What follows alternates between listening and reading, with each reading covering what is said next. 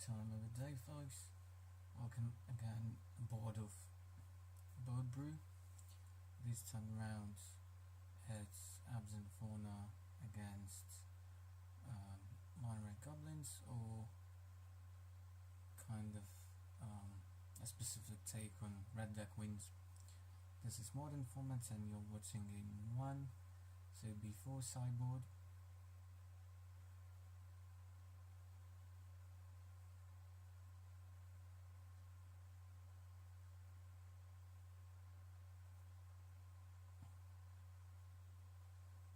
I did know what I was playing against before the match, but I think my starting hand was generically decent, while my opponent with basically mono-red goblins with a tiny splash for white, which I didn't get to see in that matchup, so he had to mulligan down to 6. His hand wasn't as proactive as he would like to. It's definitely one of the weaknesses of that deck. It's really not all that consistent. So he went on to just fetch a basic mountain.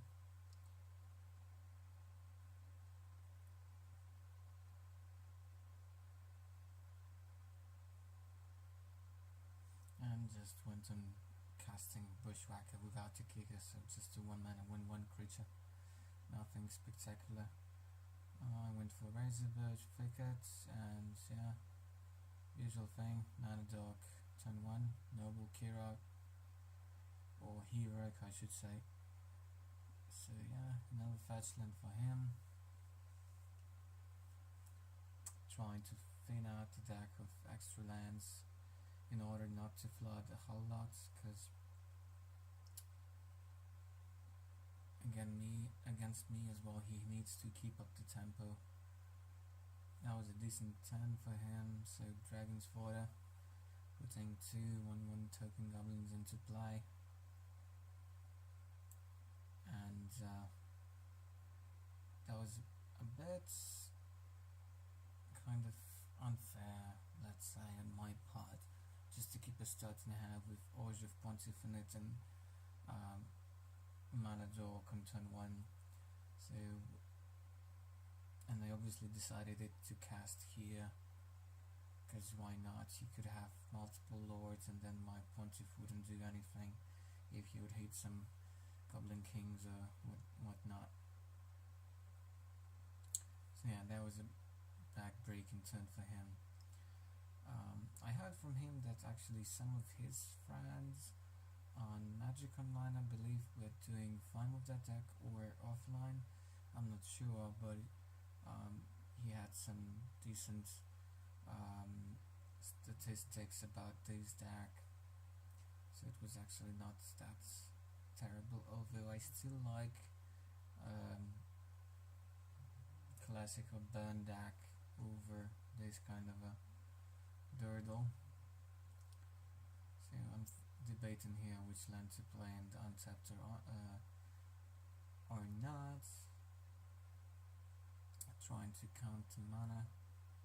What I could do here. Yeah, I think I shocked myself here for no real reason.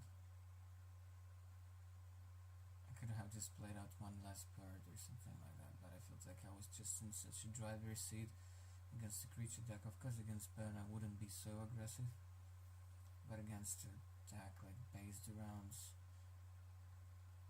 this kind of Goblin Swarm and tribal synergies, and not that many actual burn cards, I felt very comfortable just playing out my hands and taking some pain from the lands.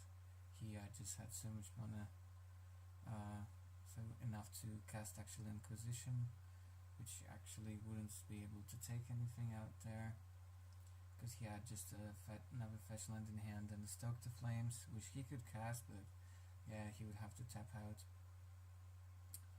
I just wanted to see like what was going on his side of the board. Um, yeah, because there was just the Stoke the Flames, the um, pumping my team with the Gavany wasn't something I was in a rush to do, but Archangel there just forced him to use it on the Archangel instead of my head or on any of my creatures, including like Fauna Shaman or something.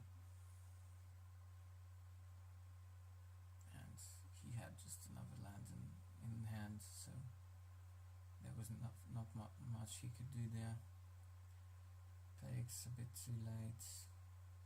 Doing really nothing here. Just trades with a Pontiff. I just take one and Pontiff haunts Noble Hierarch here. Yeah.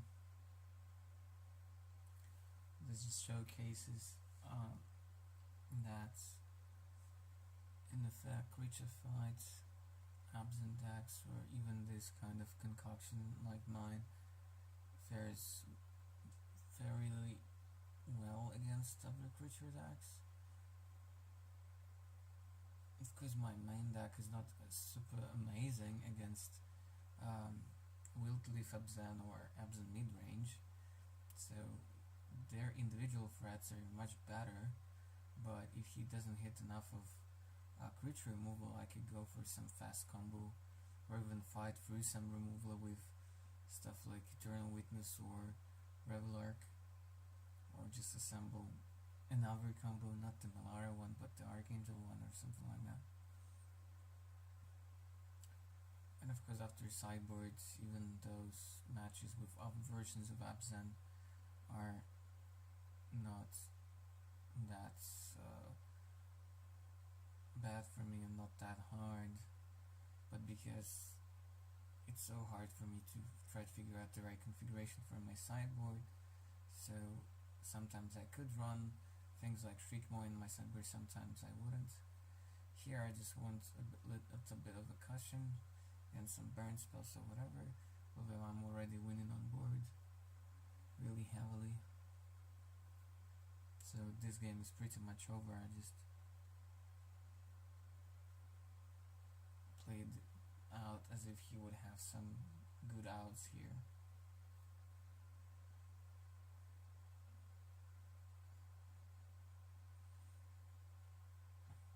So yeah, eating up his creatures and stuff.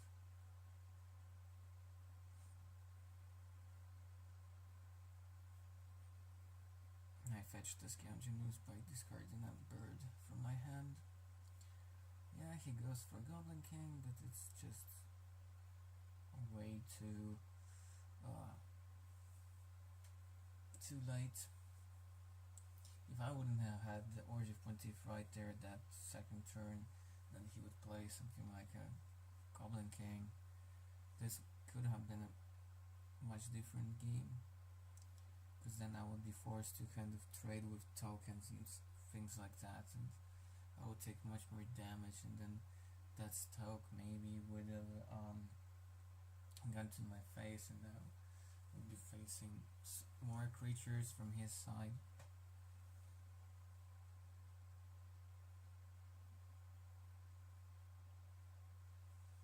It's really hard to find balance in the board of this version of Abzan, because I'm narrating this video a little bit after this match was recorded, so I could share it with you a little bit of an insight. For example, I have like Synclact, additional Juris, and Tomba Exarch, and even Mindsanza the previous week, and just today I tried out a plan of Eidolon, Shriekmaw, Reclamation Sage, and what else was it? The Massacre Worm for all the token decks and some creature decks. So here I just decayed his Goblin King, and yeah, that was just the nail to the coffin in that game. I wouldn't say it's like really that great of a matchup, but it's quite okay. Yeah, I am boarding here a lot of things. Like Golgari Charm, Maelstrom Pulse, double timely reinforcements, which is great in my deck because it's also a clock against like bad. If I manage to stabilize with it, get some blockers and some of them remain, then I can pump them with Township and so on. Plus it's just a more flexible card than like Leyline, for example.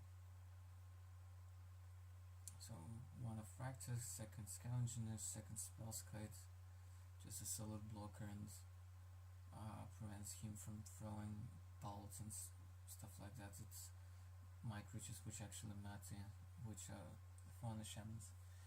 Voice Resurgence doesn't do really anything here apart from just being a 2-2, like an early 2-drop which trades and then gives me a token. That's just still not spectacular. And that's not exactly what I want to do in this matchup. Pride Mage doesn't really do anything either. And then I take out all my main deck. 1 mana discards, spells, like 2 Inquisitions and 2 Force Seizes. So it's really hard to figure out whether I want stuff like additional Duris in the sideboard or not, or whether I can sacrifice the slot, because just today at the FNM I had to play against Blue-White Red mid-range, well, the more controlling version with the Ageni, Vengeance and so on, and very few win conditions.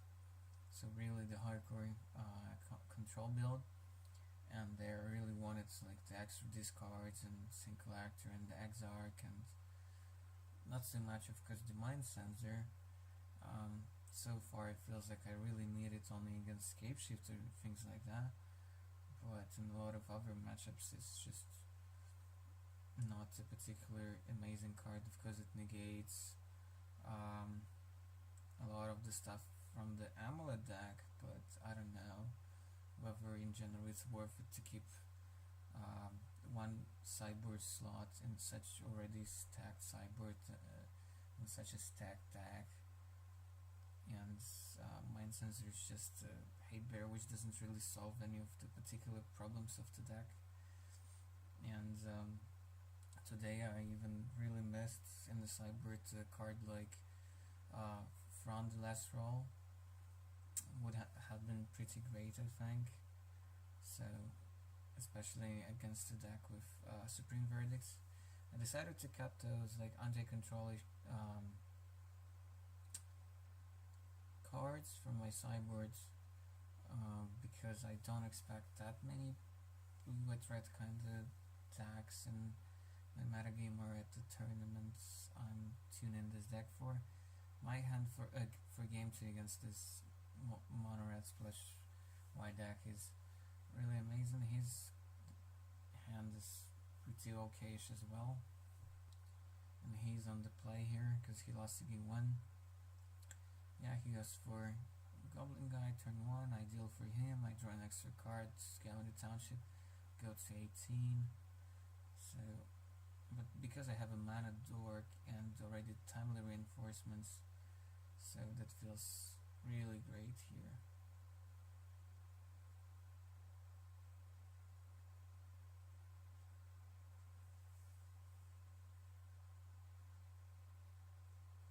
Second Goblin Guides, really pushing it to the limits. Just a wall of fruits on top of my deck. I'm just taking another 4. Not that insane. He just passes the turn. I feel like I'm in the driver's seat here. Yeah, no reason not to cast it here. So 3 1-1s for me and plus 6 life going back to 20. I'm doing all the work from Goblin Guys.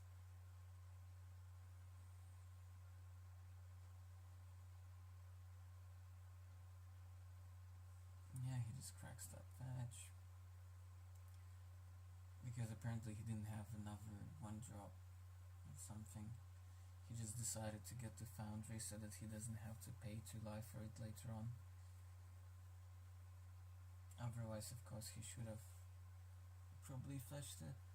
mountain because he told me there's most of the white splash in his deck I think comes out of Cybert, and none of those cards actually matter against my deck. But because he didn't have that one drop, so he got the Foundry. Okay, picks here. Weird sequencing here. Yeah, giving me too much information, I guess. So he just played the Red Street Denizen there in the first main phase, which was weird. Yeah, trading with one guide, the one which got pumped from the picks, not to land on top, so I don't get to draw extra cards. I felt more or less fine saving myself 2 damage and just giving up an extra token there on the second guide, because now like his offense is pretty much shut down and I can stabilize. He pretty much has to kill this Count Janus now because it spells so much trouble for him later in the game.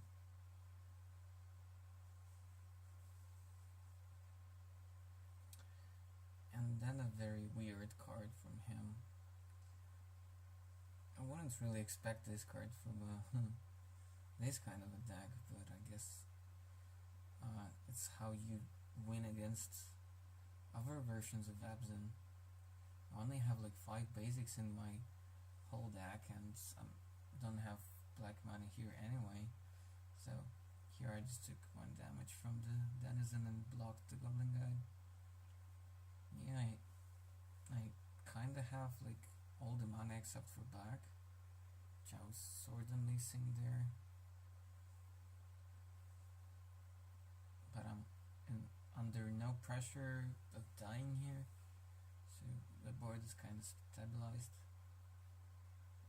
Can't use...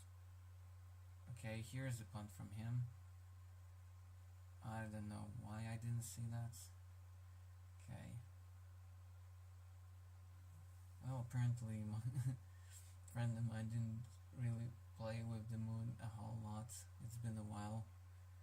Yeah, I even cut his deck and not really thinking it solidly, because that was, well, it wouldn't have mattered a whole lot, but still. Yep.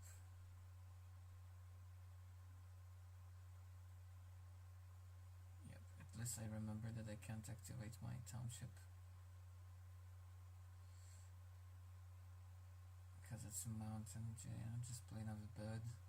Taking one a turn from the Denizen is not that big of a deal.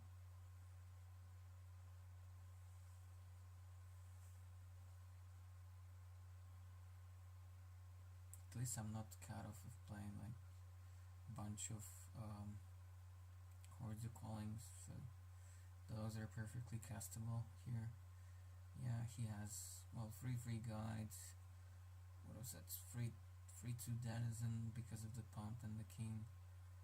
And then I show him from the Goblin guy triggered another timely reinforcements on top of my deck. So yeah, feeling pretty great here. I could just sacrifice a noble here, just take 2 from the king, no big deal, and that even activates my reinforcements to get the tokens, because this way I have 2 creatures in front of his 3, so both close and reinforcements are now active.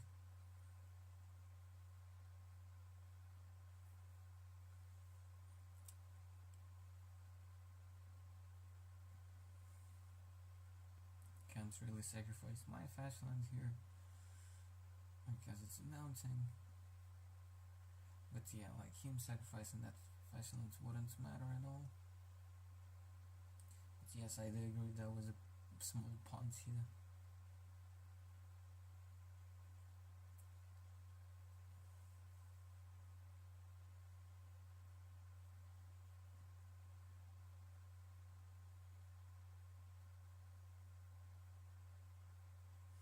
Of course, if the Blood Moon wasn't symmetrical effects, it would have been like just an absurd card.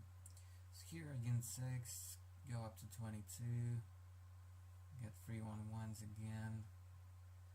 It's a shame that I can't pump my team with the townships, but whatever. With the bird and play, I have now access to black, so I just decay the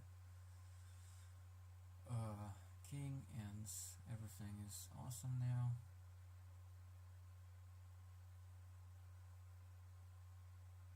He needs a lot of pressure here to do anything. Okay, his denizen is now 3-1, but it doesn't matter in the face of Wall of Roots. And draw Verdant Catacomb from the Goblin Guy trigger, then just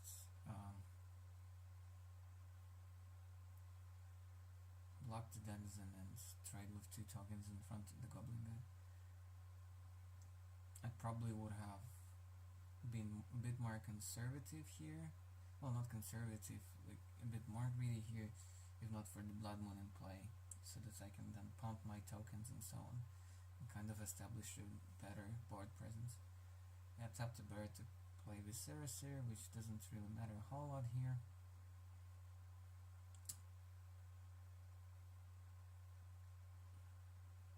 Yeah, now it ends in from him and nothing special going on.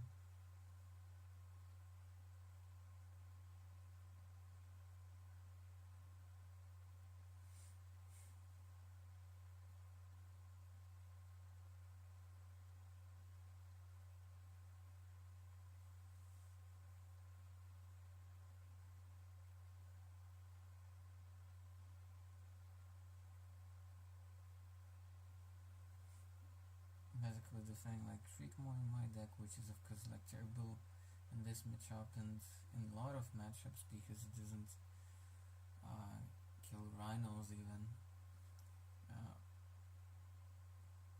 It's surprisingly good against deck like Gifts. You can still, if they play like Reanimate Iona or Elish Norn and they put Iona on white because of Path to Exile, you can just cast Shriekmore even if it dies either way from like Elish Norn or something, kill the Iona and so on. So yeah, it's a bad main deck card right now, but apparently still useful card in the sideboard. Here, like yeah, one more Marshal, which doesn't really do a whole lot.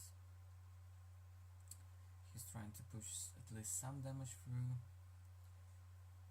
Basically, Blood Moon still kept him in the game for such a long time. Without it, it would have been a game over for him a long time ago because of the Gavany. But I'm kind of running low on creatures here, flooding a little bit, because I've been trading my creatures with his quite a bit. Here the king is actually making it pretty sweet for him.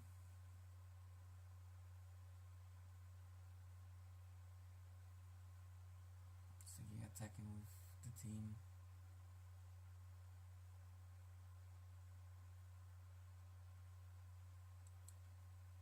Could block one guy, but then I still take something like 8. And I think that's what I decided to do here, because I didn't really want to jump with the bird just yet.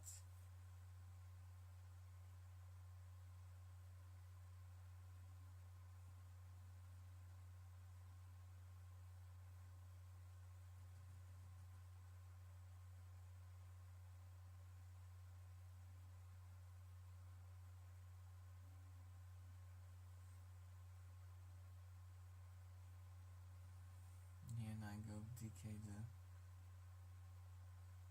the Blood Moon here instead of the Goblin King, so that I can actually pump my guys. Probably punted here because I could have blocked with the bird, decayed the Blood Moon, and then make my No, it wouldn't have mattered a whole lot because I would have to then sacrifice my bird. So I'm taking 8 here, going to 12. His denizen doesn't die because it's still 2 toughness because of the Goblin King, so it's still in the play.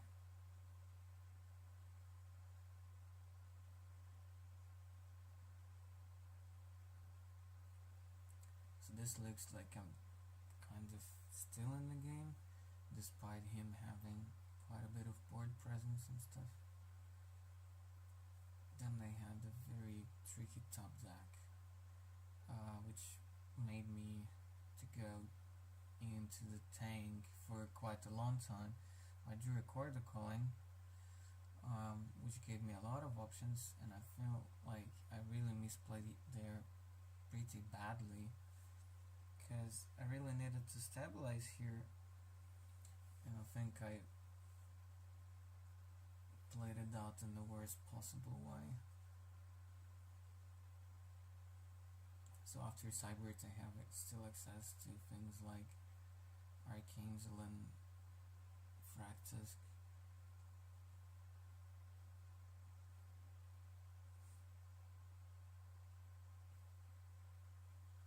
And he hits a second Goblin Lord, second Goblin King, pumping the team. Everybody's haste. Well, it's not the Goblin King, it's an Overlord which pumps the team and gives them haste. Yeah, I'm under a ton of pressure here. I could have blocked up some fetches here, like 1 or 2 of those, and I decided to play it out kinda safe here, which turned out to be not really that safe, to be honest. So I thought that I don't really want to sacrifice those fetches, but I should have blocked with the Wall of Fruits, because the way it turned out here just was completely terrible. So I took 1 mana from the Wall of Fruits, and tapped 7 lands to cast Corridor Calling for 5. But I felt like if I would have just taken Fractus, that would still be bad, because it would trade off with the Goblin King, or whatever the name of that lord is, the most recent one.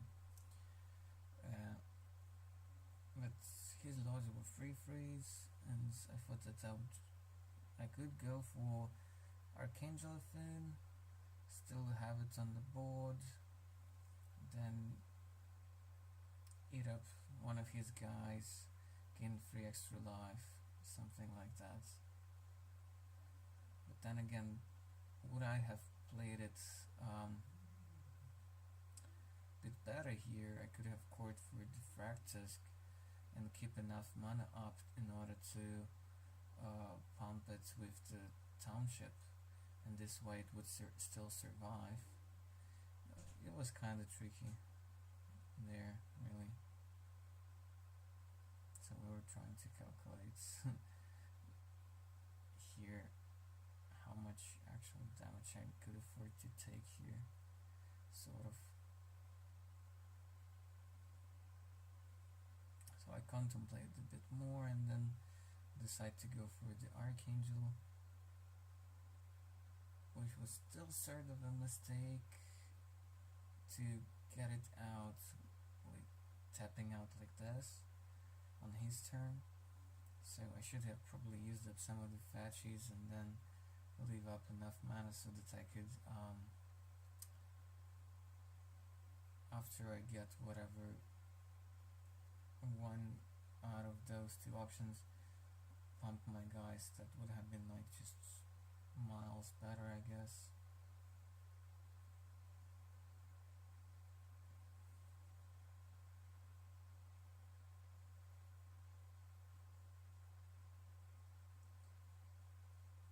mechanism here was like 2-2, I believe. No, 3-3.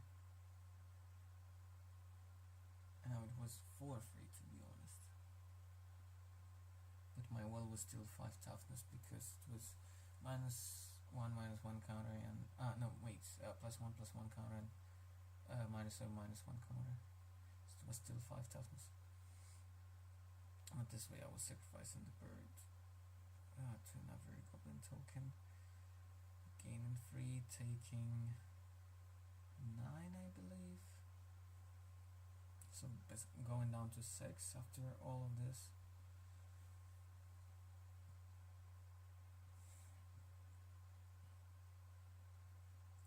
Still pretty bad, I guess. And then he just goes Goblin Grenade with my Archangel and crushing all of my hopes. Oh well, that was a tricky game, but yeah. I punted a couple of times and just got flooded so hard. Alright, thanks for watching guys. Please comment on this video and all the others in our preparations for our local modern champs. See you guys next time. Don't forget to subscribe and visit our website, and hope you enjoyed this. Tell me more about how I should better configure the deck and my sideboards and what else, what I could do differently in this game and in this matchup. Thanks.